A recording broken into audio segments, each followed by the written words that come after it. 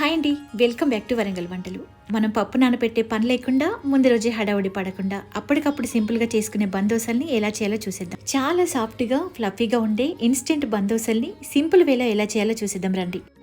ముందుగా ఇలా మిక్సీ జార్లోకి ఒక కప్పు ఉప్మా రవ్వను తీసుకోవాలి. సో ఇప్పుడు ఇందులోకి 2 టీ స్పూన్స్ వరకు బియ్యం పిండిని యాడ్ చేసుకోవాలి. అండ్ అరకప్పు వరకు పుల్లటి పెరుగుని తీసుకోండి, టేస్ట్ బాగుంటుంది. అలాగే రుచికి సరిపడ సాల్ట్, ఒక కప్పు నీళ్ళని తీసుకోవాలి. ఎక్స్ట్రా వాటర్ ఏమీ యాడ్ చేసుకోకూడదు. మనం తీసుకున్న నీళ్ళ క్వాంటిటీకి కరెక్ట్గా సరిపోతుంది. ఇది వీలైనంత మెత్తగా గ్రైండ్ చేసుకొని ఈ దోశ పిండిని మిక్సింగ్ బౌల్లోకి ట్రాన్స్ఫర్ చేసి మూత పెట్టి పక్కన పెట్టుకోవాలి. ఇప్పుడు ఇందులోకి చట్నీ ప్రిపేర్ చేసుకోవాలి. దానికోసం ఒక గిన్నెలోకి 1 టీ స్పూన్ ఆయిల్ తీసుకొని ఇందులోకి ఒక 4-5 పచ్చిమిర్చిని వేసి కొంచెం వేయించుకొని నెక్స్ట్ ఇందులోకి కట్ చేసి పెట్టుకున్న 3 టమాటా ముక్కలు వేసి ఉడికించుకోవాలి.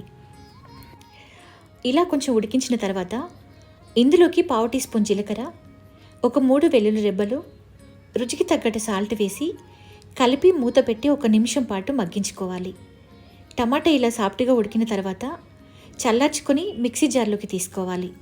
ఇందులో కొంచెం చింతపండు రెబ్బలు వేసి ఇలా గ్రైండ్ చేసి పక్కన పెట్టుకోవాలి.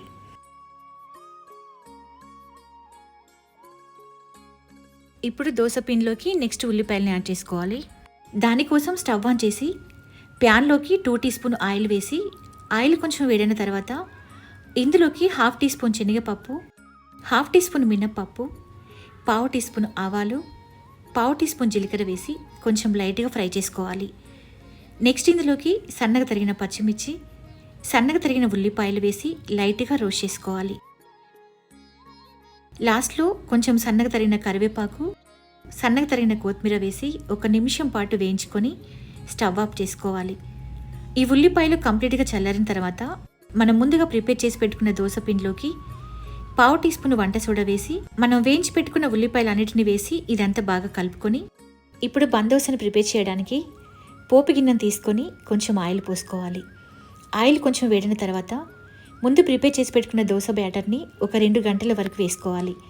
ఇప్పుడు మూత పెట్టి ఇదంతా లో ఫ్లేమ్లోనే కుక్ చేసుకోవాలి. జస్ట్ 1 నిమిషం పాటు లో ఫ్లేమ్లోనే కుక్ చేసి రెండో వైపు టర్న్ చేసుకొని మళ్ళీ మూత పెట్టి 1 నిమిషం పాటు కుక్ చేసుకోవాలి. ఈ బందోసలు కుక్ అవ్వడానికి ఎగ్జాక్ట్లీ 2 మినిట్స్ టైం పడుతుంది. ఇది ఒక ప్లేట్లోకి తీసుకోవాలి. అప్పుడే ఫ్లేమ్ తక్కువగా వస్తుంది, లోపల వరకు ఈవెన్గా కుక్ అవుతుంది. ఇదే విధంగా మిగతా పిండిని కూడా బన్స్ అన్నిటిని రెడీ చేసుకోవాలి. ఈ బన్స్ను కుక్ చేసుకోవడానికి ఎక్కువ టైం కూడా ఏం పట్టదు. మీరు చిన్న బర్నర్ ఉన్న స్టవ్ మీదనే బన్స్ అనేవి ప్రిపేర్ చేసుకోండి. చూడండి, బందోసలు పర్ఫెక్ట్గా కుక్ అయింది కదా. ఇప్పుడు ఇది ఒక ప్లేట్లోకి తీసి పక్కన పెట్టుకోవాలి. చూసారు కదా ఎంత ఫ్లఫీగా, ఎంత పర్ఫెక్ట్గా వచ్చాయో. చేయడం చాలా ఈజీ. అప్పటికప్పుడు ఏదైనా చేయాలి అనుకుంటే ఇలా డెఫినెట్గా ట్రై చేయండి. టేస్ట్ అయితే సూపర్గా ఉంటుంది. ఇలా ఒకసారి మీరు ట్రై చేసి ఎలా వచ్చాయో ఒక చిన్న కామెంట్ చేయండి. మా రెసిపీస్ మీకు నచ్చినట్లయితే వరంగల్ వంటలు అనే ఛానల్ని సబ్స్క్రైబ్ చేసుకోవడం మాత్రం మర్చిపోవద్దు. Thank you for watching.